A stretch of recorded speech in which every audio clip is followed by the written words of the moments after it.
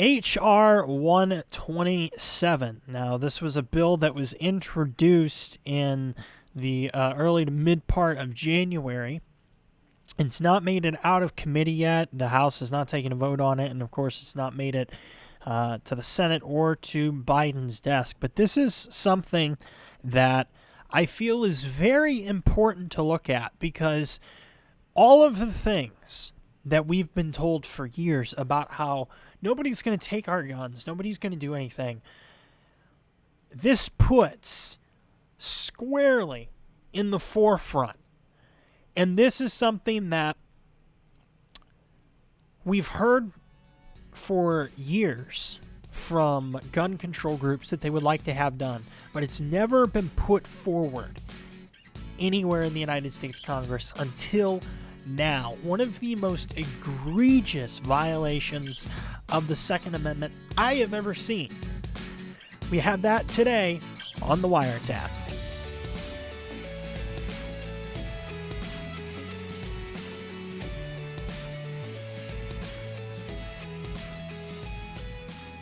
Hello everyone, my name is JD. And this is Logan. And this is the WireTap.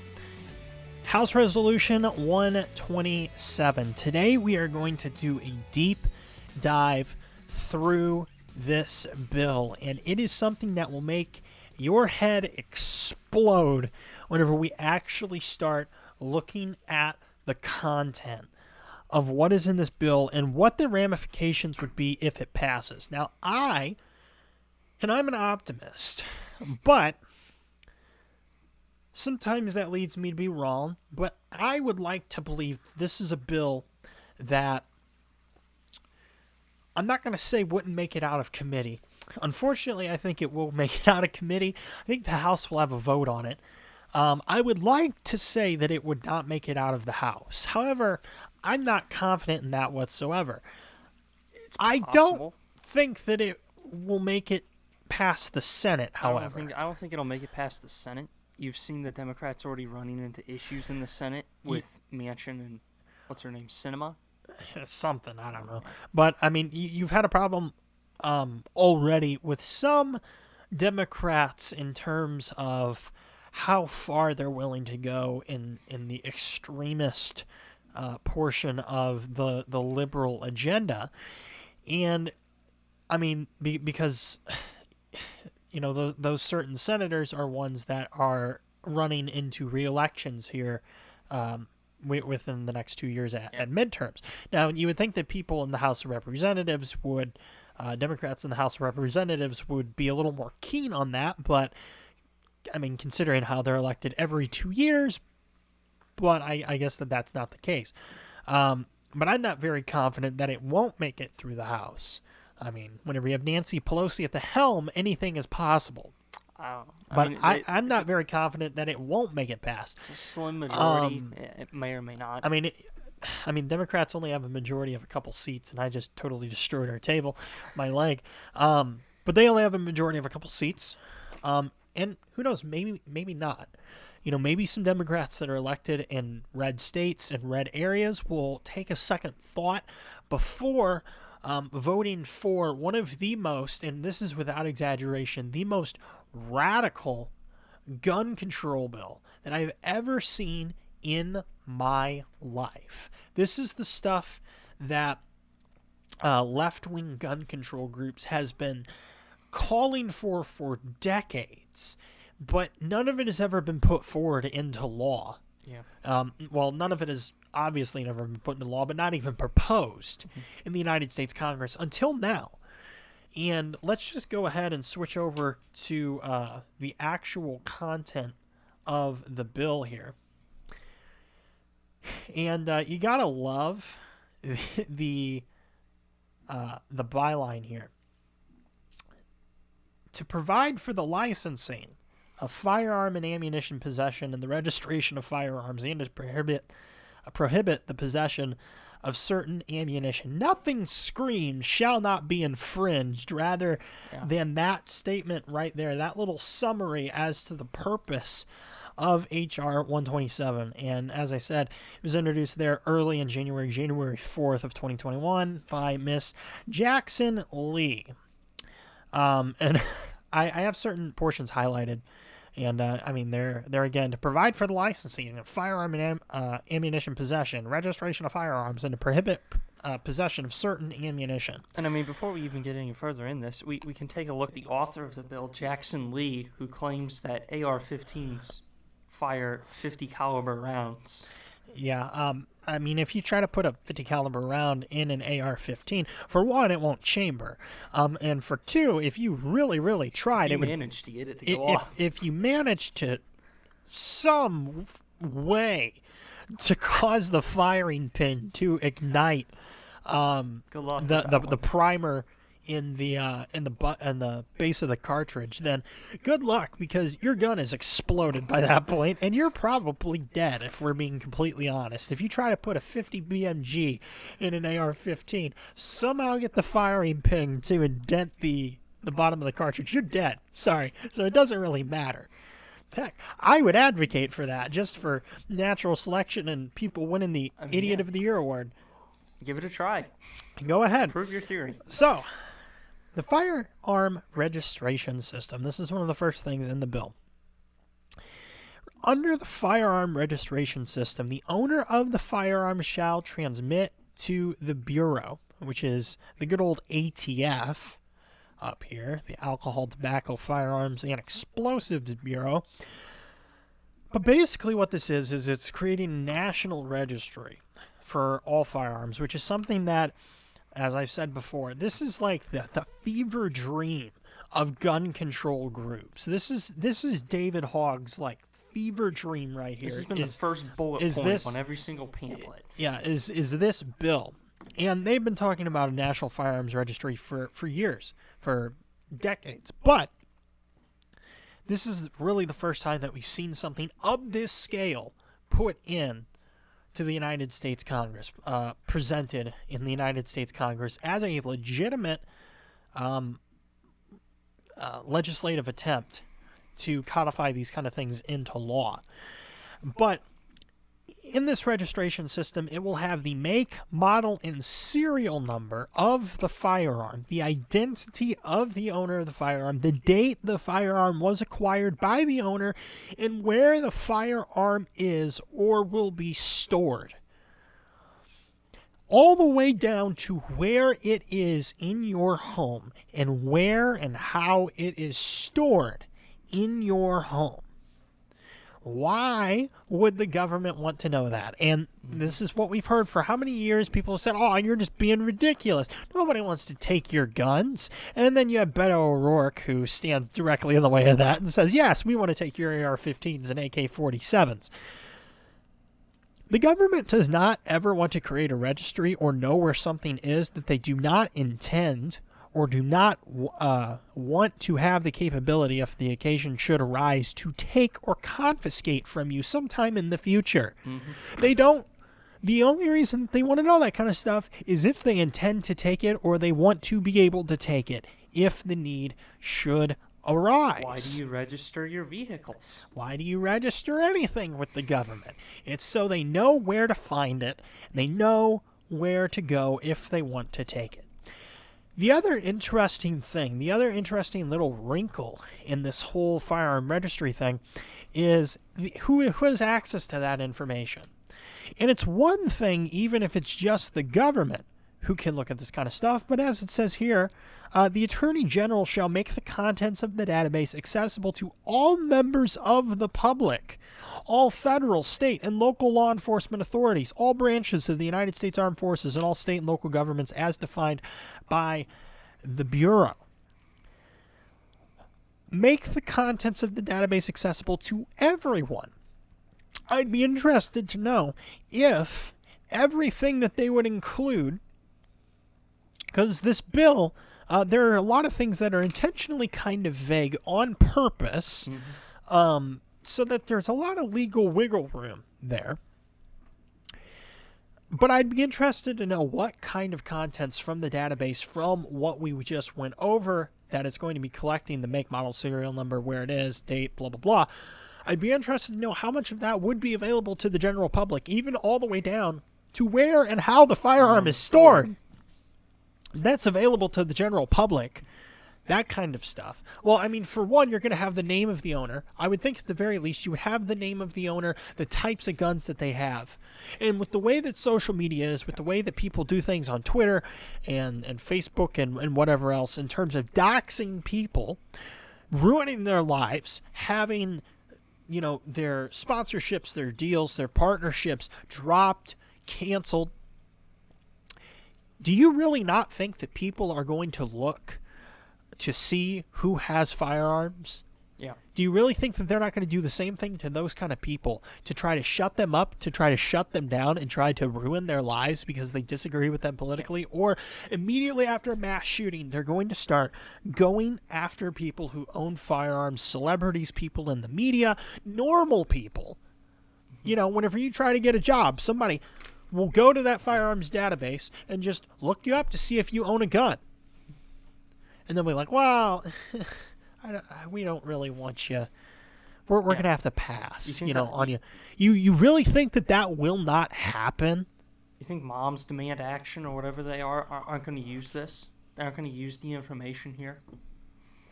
So let's get to one of the biggest portions of the bill, and that is the licensing. So basically, what you have to do in order to own a firearm, buy a firearm or ammunition, you have to have a license. And every license that you buy, you have to have a general license. That's what the interesting thing is. You have to have a general license. And in order to have a general license, you have to be at least 21. You also have to undergo a criminal background check, a psychological evaluation, complete a training course certified by the Attorney General, which includes at least 24 hours of training, and demonstrate that. And this is the interesting thing, which we will come back to in a spectacular fashion here in a moment.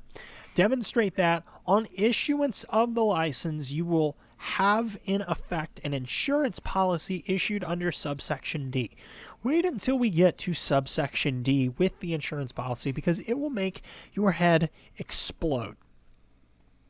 But in order to get to these other licenses, like this antique firearm display license, who knew you needed a license to display antique firearms?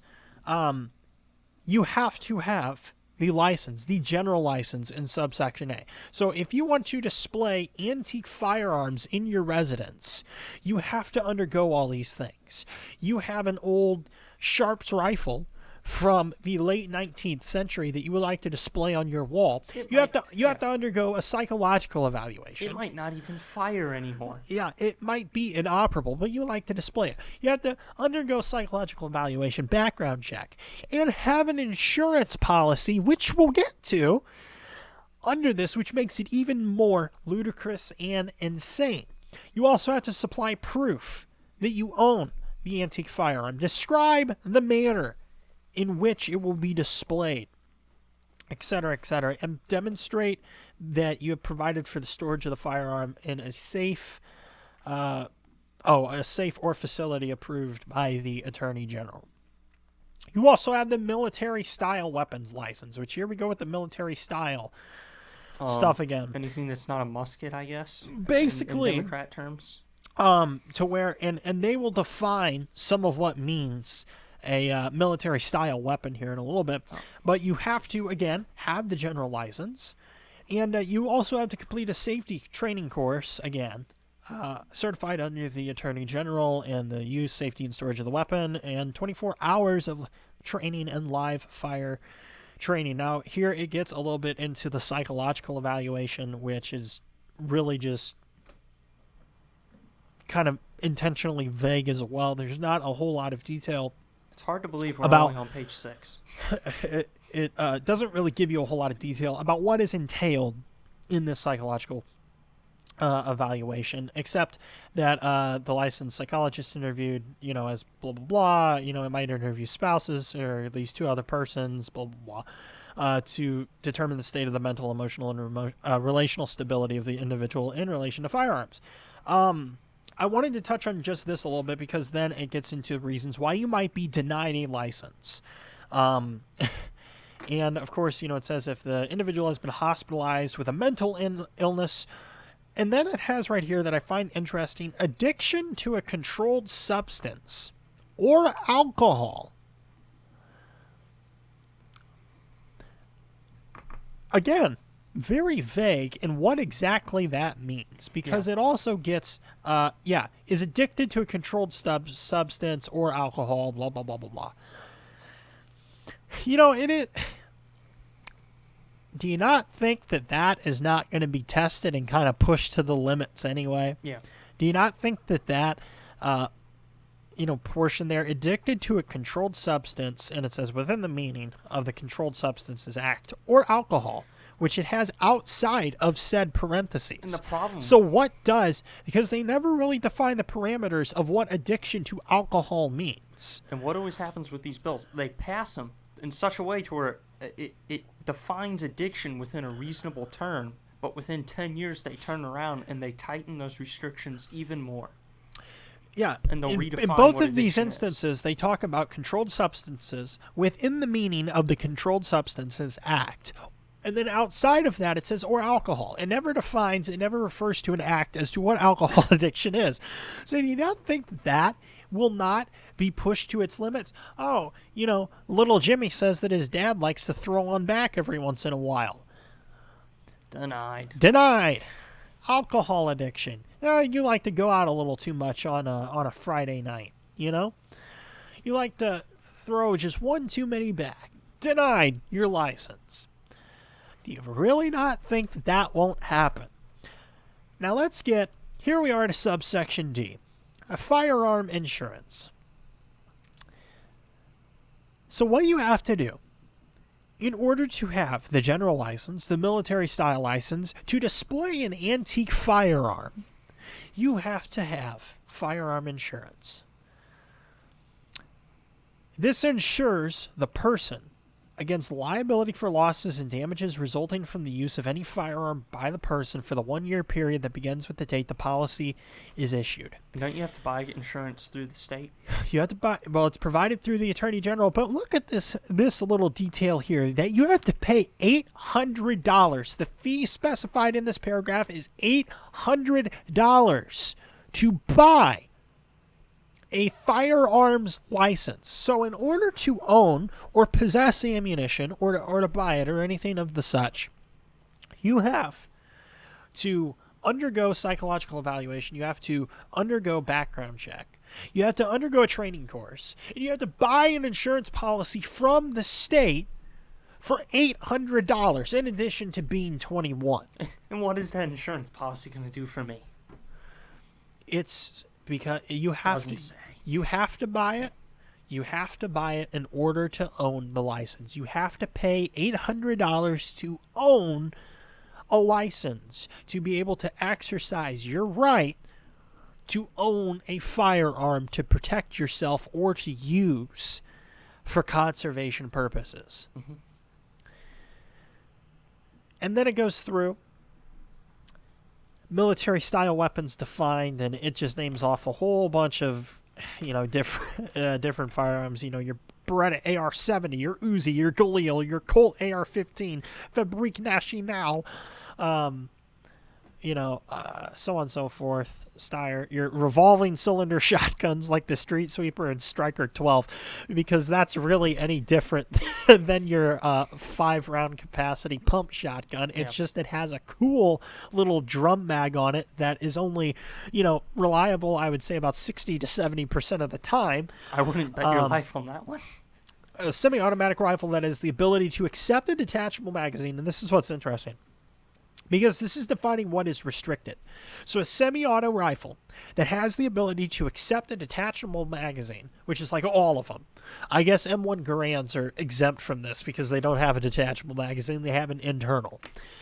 Semi-automatic rifle that has the ability, and I would not want to get shot with one of those. I wouldn't want to get shot with anything. You don't see me standing in front of the way of a 22 long rifle, but it has the ability to accept a detachable magazine and has at least 2 of. So one of these 2 things, a folding or telescoping stock, a pistol grip that protrudes conspicuously beneath the action of the weapon, a bayonet mount because that's really a problem. So basically, a flash suppressor or threaded barrel designed to accommodate a flash suppressor. So because you have I guess the muskets can't be used anymore. They use bayonets. So if you have a semi-auto rifle with a detachable magazine and you have a flash suppressor at the end, just a little muzzle brake, a flash suppressor at the end, and a bayonet mount on the bottom of it, it's restricted. But what's even funnier is this right here is the other thing that your semi-auto rifle cannot have. If it has a detachable magazine, it also cannot have a grenade launcher, whatever that means. What kind of weapons do they think we manufacture? A semi-automatic pistol that has a detachable magazine and has at least 2 of an ammunition magazine that attaches to the pistol outside of the pistol grip. I mean, I don't know, whatever. Threaded barrel capable of accepting a barrel extender, flash suppressor, forward hand grip, or silencer. A shroud that's attached to or completely encircles the barrel and that permits the shooter to hold the firearm with the non-trigger hand without being burned. Yeah, we want you to burn yourself whenever you fire your pistol, holding it around the barrel. Manufactured weight of 50 ounces or more when the pistol is unloaded. Why does that matter? Is my thing. Yeah. Now listen, you have a Browning hat on, all right? I'm a fan of Ruger firearms. And if you know anything about Ruger firearms, is that they're built pretty hefty. Yeah. They're a pretty hefty firearm with the way that they're manufactured. They're a big tanking thing that if you pistol whip somebody, it would hurt pretty darn bad. This is going after Ruger specifically. A weight of 50 ounces or more whenever it's unloaded. Why does it matter how heavy the thing is? Quite frankly, the heavier a pistol is, the less likely you are to carry it around anyway. I mean, 50 ounces, that's literally 3.5 pounds, or just a little over on that. A semi-automatic version of an automatic firearm, which, again, this is for pistols. So a semi-automatic version of an automatic pistol. Oh. Don't know why that matters, because it's semi-automatic, and if you still modify it to be automatic, that's still illegal. Mm-hmm. So I don't really get the point of that. A semi-automatic shotgun that has at least 2 of the following things. A folding or telescoping stock, a pistol grip that, again, protrudes conspicuously. A fixed magazine capacity in excess of 5 rounds and the ability to accept. Wait, what? Oh, okay. So it doesn't even have the stipulation to where if your shotgun accepts a detachable magazine, then you're already halfway to screwed. Because then if it has something else, if it accepts a detachable magazine, then yeah, you're already halfway screwed if it has a pistol grip. Blah, blah, blah. So now let's get to, quickly, because we are kind of running out of time, let's get to the prohibitions and the penalties for if you violate any of these things. Blah, blah, blah, blah. Let's skip down here. Yeah. So, you can't own a firearm without the license. You can't sell or give it to somebody else. You can't loan it to somebody else without notifying the Attorney General. So this is the penalties. Section 922, double A. Whoever violates that section, which that's the section on the possession of the firearm or ammunition without the permit. So basically, you will be in prison for not less than 15 years and not more than 25 years and have a fine of $75,000 to $150,000. Violate section 22B, subsection 1. That's the sale, gifting, or a loan without notifying the Attorney General. And that's basically what all of these are. These, the 1, the 2, the 3, all those little subsection. 4, which is giving it to somebody under the age of 18, will land you 15 years to 25 years. And if the person uses it in relation to a crime, unintentional shooting, or suicide, if you gave them that firearm, you will have not less than 25 years in prison and not more than 40 years, rather. If you also do not get the insurance policy, you will go to prison for not less than 10 years and not more than 20 years. In addition, it is unlawful for you to own or possess ammunition that is 50 caliber or greater. I would be interested to know if this includes, if there's any modifications, and if they really intend this to include black powder, because black powder regularly and popularly has calibers greater than 50 caliber, but to my knowledge, the ATF, well, I know the ATF does not consider black powder rifles or pistols technically firearms. They're not considered firearms. I'd be interested to know if there's a revision to this policy to where they would now fall under this jurisdiction, and if you have black powder greater than 50 caliber or greater, then you're in violation of the law. And it will also be unlawful for you to have a large capacity magazine and feeding device, which, what does that mean? Well, it's a magazine, belt, drum, feed strip, or similar device that has a capacity of or can be readily restored or converted to accept more than 10 rounds of ammunition. But this does not include tubular devices designed to accept or operating only 22 caliber rimfire. And if you violate these, you're going to have fines or imprisonment for having a 50 BMG. You're going to go to prison for not less than 10 years and not more than 20 years. And if you have something that violates the whole, large capacity ammunition feeding device, you'll be in prison for not less than 1 year and not more than 5 years.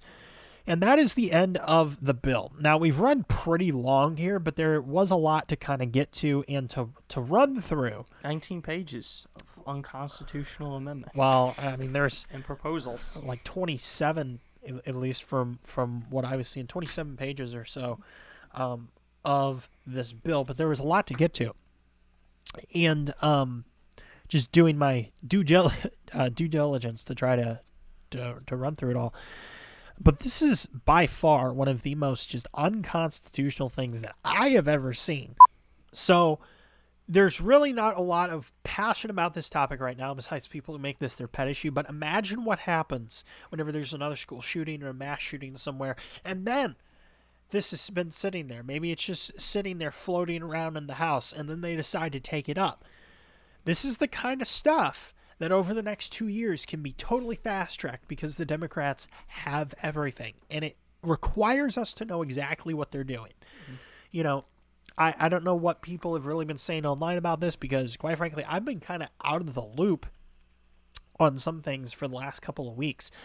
But this was something that really kind of drew me back in, and I read the whole thing, went through it, and highlighted some of the things that I thought was important in it. And it's important that we know exactly what they're doing and that we're not just taking things on social media or things that we see even here on YouTube for granted, and that we're just not taking them as gospel. We need to do our own homework and look at exactly what they're doing so that we know how to fight against it. Yeah. Because we have to. We have to. This is so far beyond anything that we've ever seen before, anything that has ever been proposed in gun control law at the federal level. Mm-hmm. And it requires all of us to fight against it. This is insanity.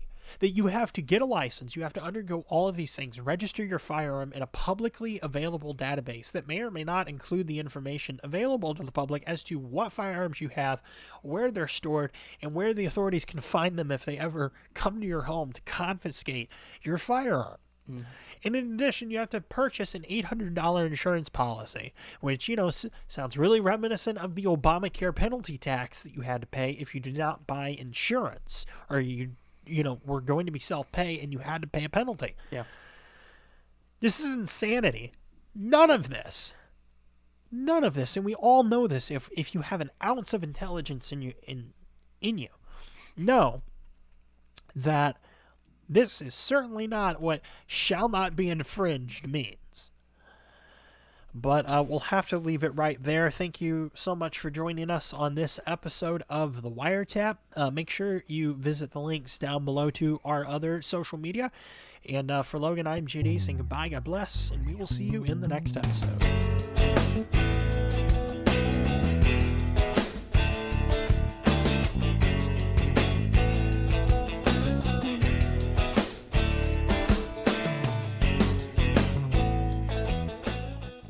Hey! Oh no.